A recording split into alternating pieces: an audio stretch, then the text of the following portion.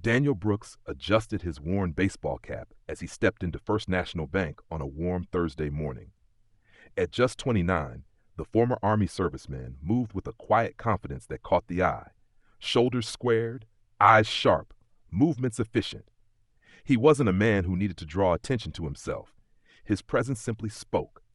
6 months had passed since his honorable discharge, and he was finally easing into civilian life. Plumbing had become his trade, and there was an undeniable satisfaction in solving problems with his own two hands.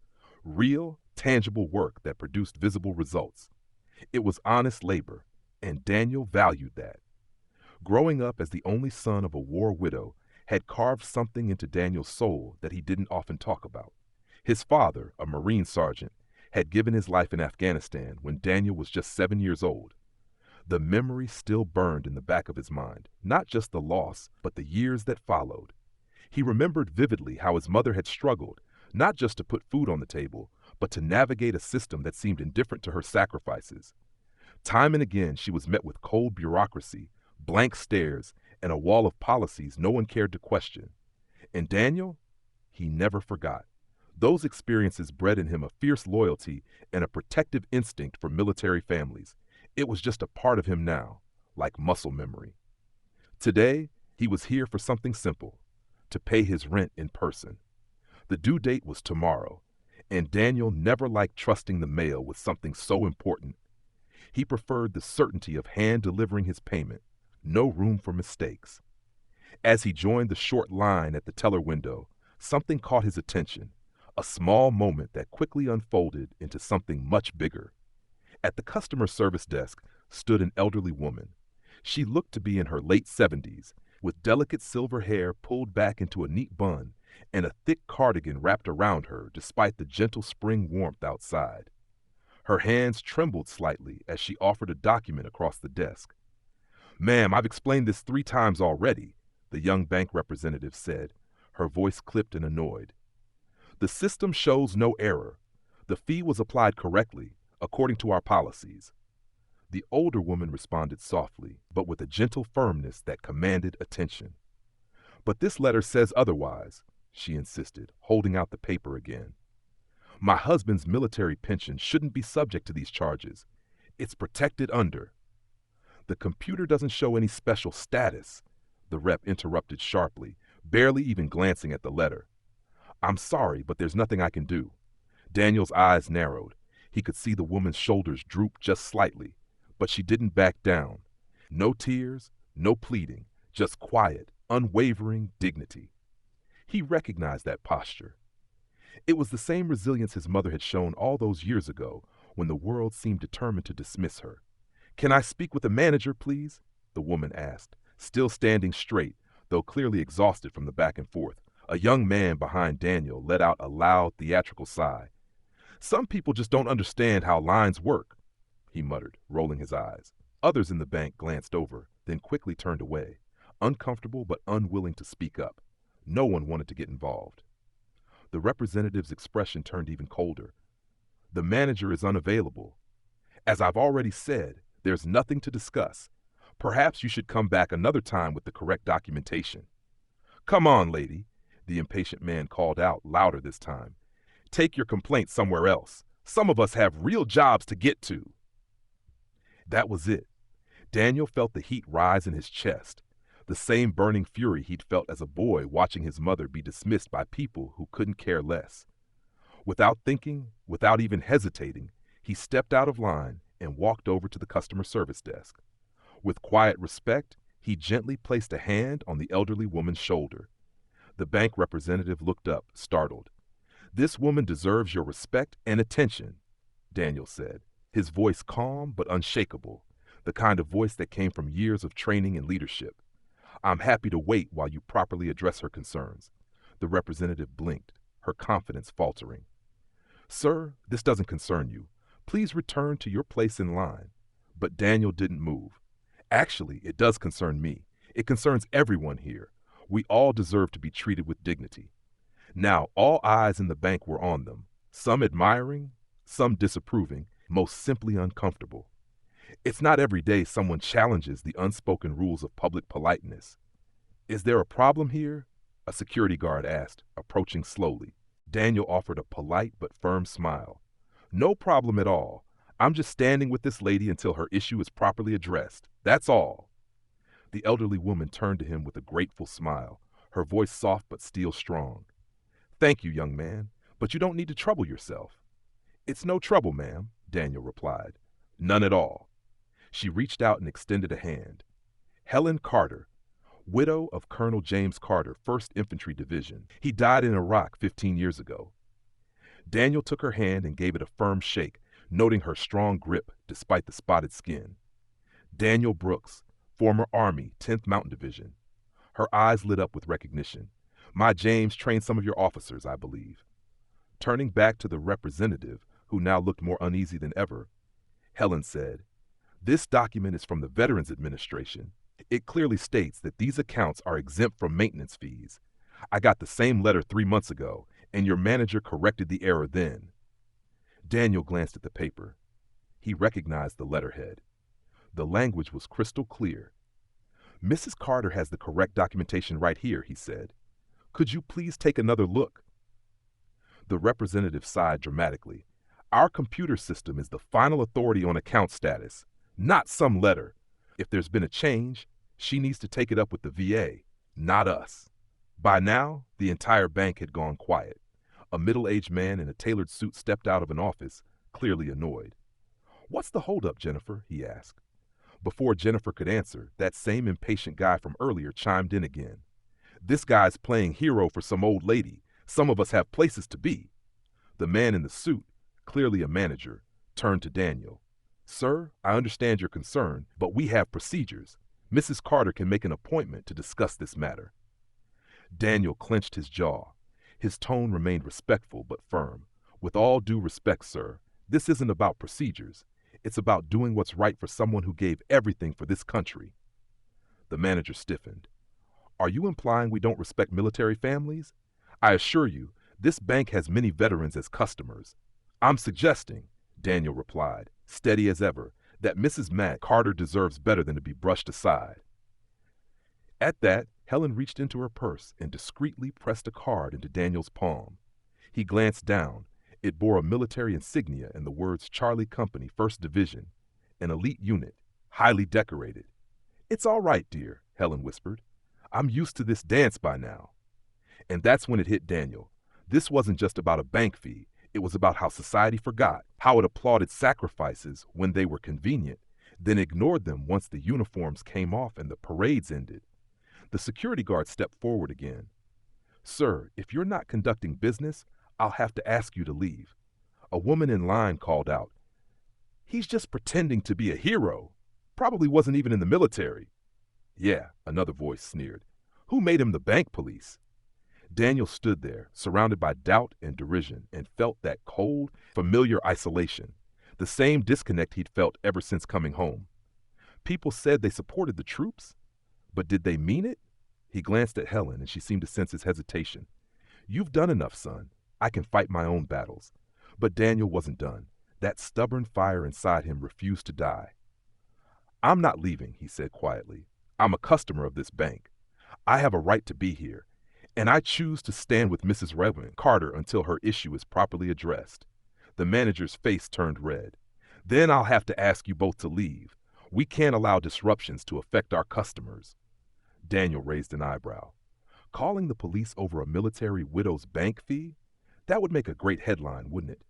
Bank boots war hero's widow over dispute? Is that the kind of publicity you want? Silence. The manager and Jennifer exchanged awkward glances. Finally, Jennifer slid Helen's papers aside. We'll need to research this matter further. Mrs. Carter, you should go home and wait for our call. Helen nodded slowly, her dignity intact. Very well.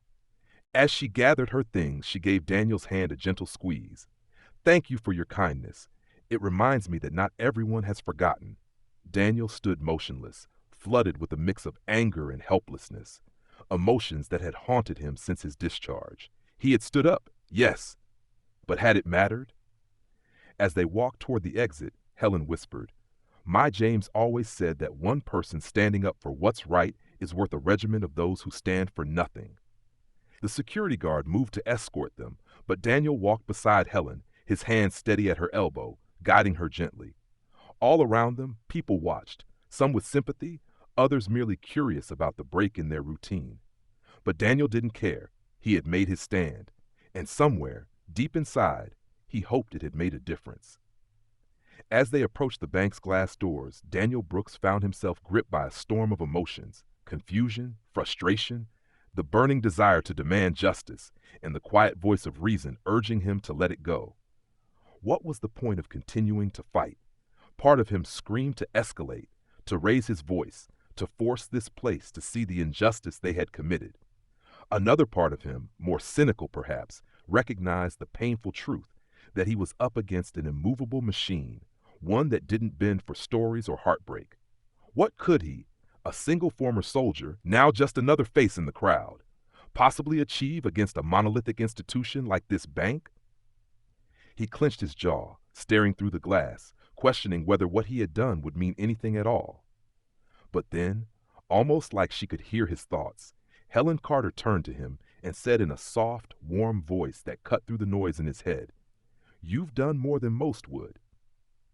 She looked up at him with eyes that had seen more than most people could imagine, eyes that carried decades of strength and sorrow. Standing beside someone, it means more than you know. The words landed in Daniel's chest like a weight and a lift at the same time. He didn't reply right away. What could he even say to that? The security guard stepped up, his face unreadable, but his posture and movement said everything. This wasn't assistance, it was an escort.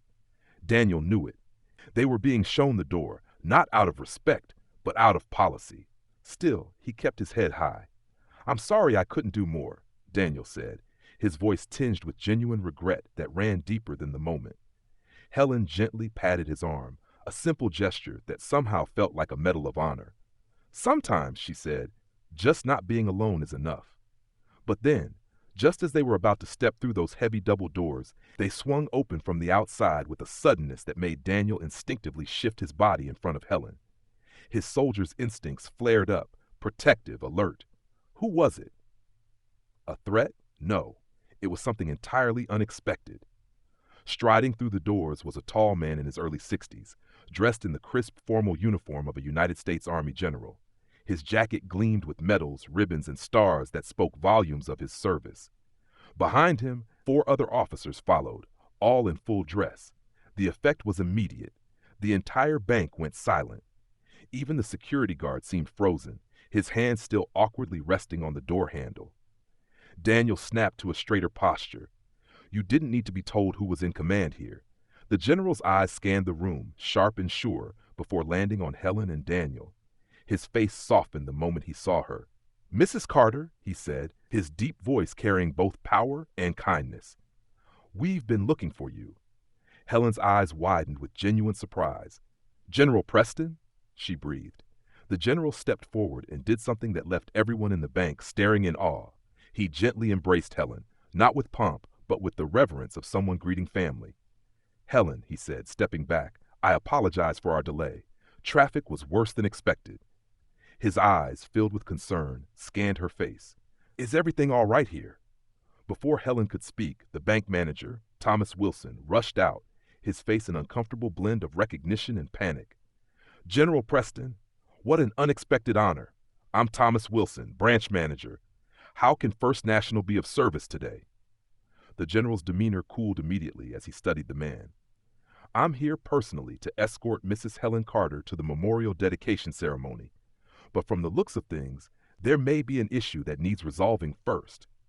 Helen smiled faintly and shook her head. "Oh, just the usual confusion about James's pension account. John, this young man was kind enough to stand with me." She gestured to Daniel, who stood respectfully to the side. General Preston turned his full attention to Daniel. The air around them seemed to still. "And you are?" "Daniel Brooks, sir, former specialist, 10th Mountain Division." The general extended his hand, and Daniel met it with a firm grip. "Thank you for looking after Mrs. Carter," the general said. "She's very special to our military family." Then he turned to the bank manager, and his voice grew sharper, a blade cloaked in velvet. "Perhaps you don't realize who Helen Carter is. Allow me to clarify." The room held its breath. Helen Carter is not just a military widow. For 37 years, she served alongside her husband at bases across this nation. While Colonel Carter trained soldiers, Helen counseled them, thousands of them. She helped young recruits navigate the psychological battlefield of military life. She created support networks and family programs still used today. When Colonel Carter was killed, saving 3 men during an ambush in Fallujah, she didn't stop serving. She's logged over 15,000 volunteer hours at VA hospitals since then. The fee exemption she's referring to? The general glanced at Helen. It was granted by the Secretary of Defense personally to recognize her lifelong contributions. Gasps echoed across the room. Even Daniel felt his chest tighten with renewed respect. General Preston wasn't done. The funds in her account come from a special pension category created for the families of Medal of Honor recipients. That's right, he said, turning back to the crowd. Colonel James Carter received the Medal of Honor posthumously. The manager's face turned ashen. Jennifer, the young bank representative, looked like she wished she could melt into her chair. Helen Carter has never used her status to ask for special treatment, the general said, voice unwavering, which makes it even more shameful that she's been treated so callously today. Manager Wilson stammered, "There's clearly been a misunderstanding, General. We'll fix it immediately." "You'll do more than that," the general replied. "I'm ordering a full audit of how this bank handles veteran accounts.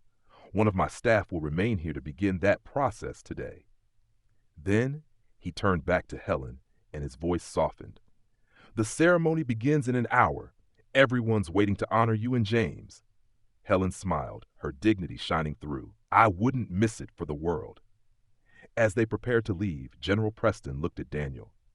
"Mr. Brooks, would you do us the honor of joining us? The ceremony commemorates not just soldiers, but the families and the communities that support them. From what I've seen today, you understand that bond better than most." Daniel was stunned. For a moment he couldn't speak. Then he nodded, the words catching in his throat.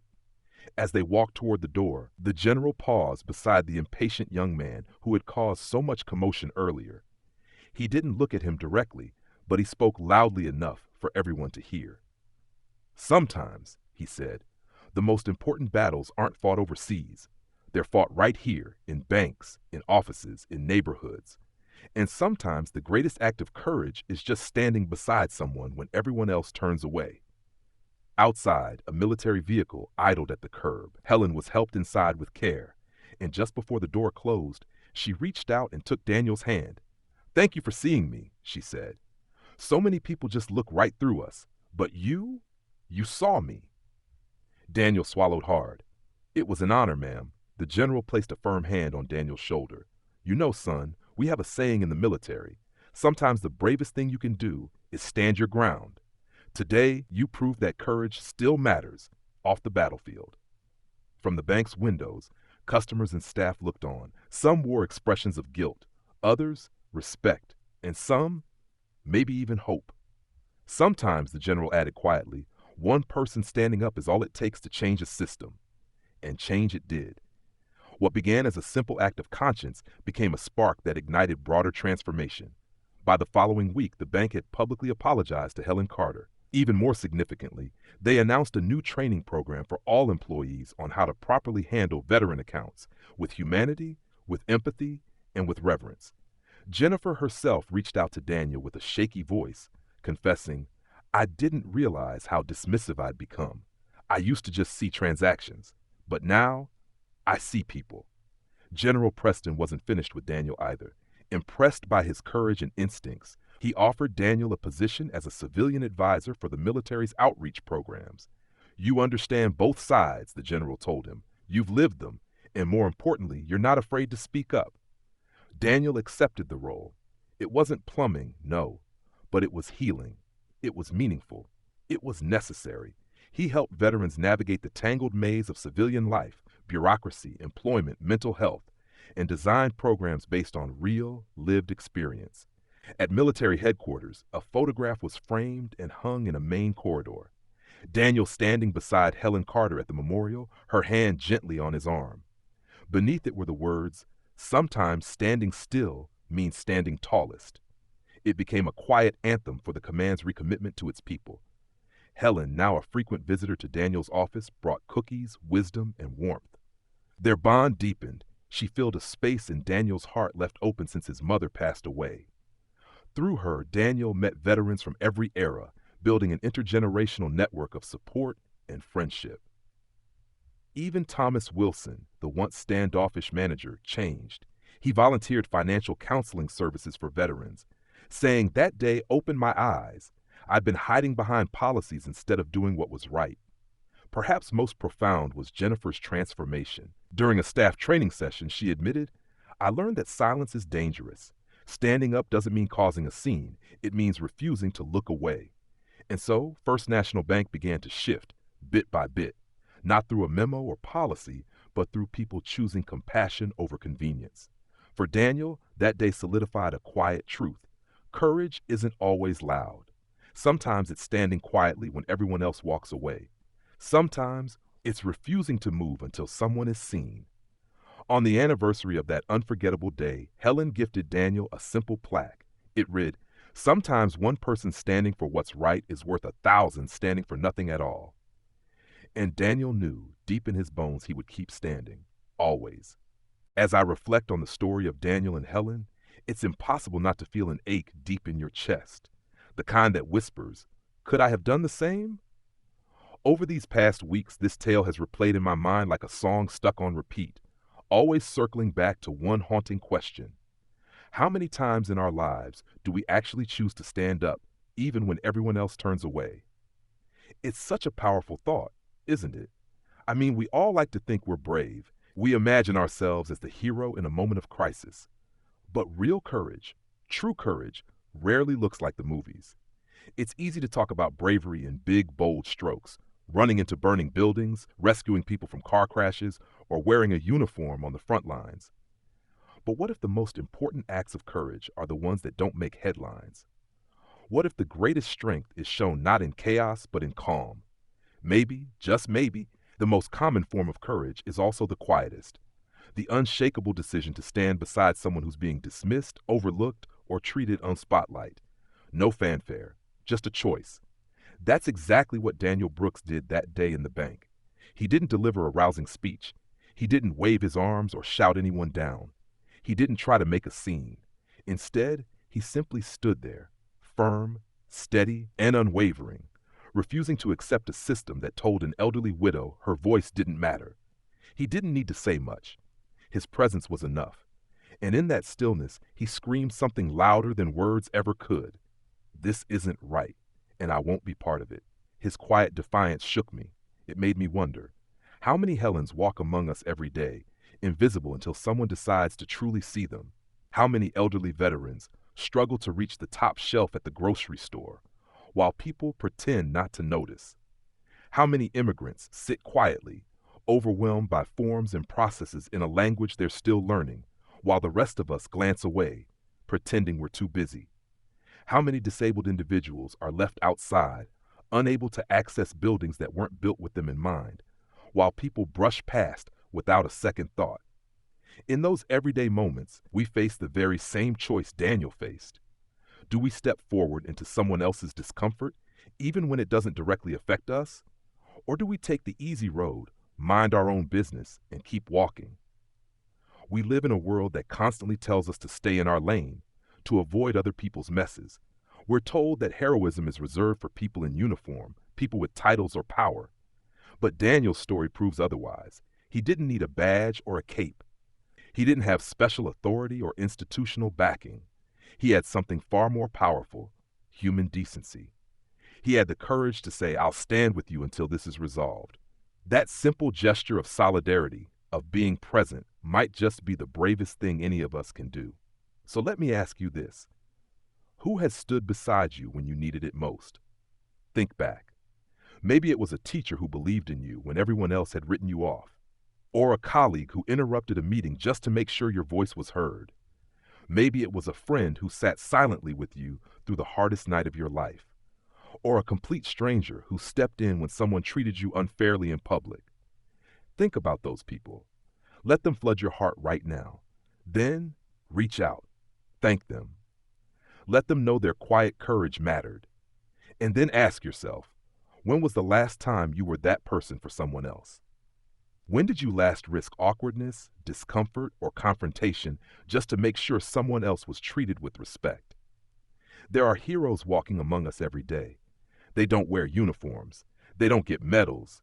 They don't trend on social media. But they're real. They're the ones who choose to do the right thing when silence would be easier. They're the ones who understand that moral courage is often more exhausting than physical bravery because it has to be exercised in ordinary ways, again and again.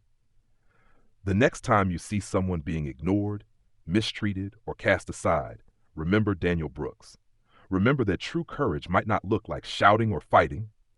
It might just be standing beside someone who needs to know they're not alone. And let's not forget the beauty of what happened next. Yes, General Preston's entrance was dramatic. Yes, the entire bank fell silent when he stepped in with all the power and presence of a decorated military leader. But the real moment, the one that truly matters, was when Daniel stepped out of line before any of that happened, when no one was watching, when no outcome was guaranteed. That was the moment he became a hero. No medals, no cameras, just a man, his choice. Helen said it best. My James always said that one person standing for what's right is worth a regiment of those who stand for nothing. Isn't that stunning? Doesn't that line just pierce your soul? So let's be that one person. So let's be the one who notices, the one who steps forward, the one who sees.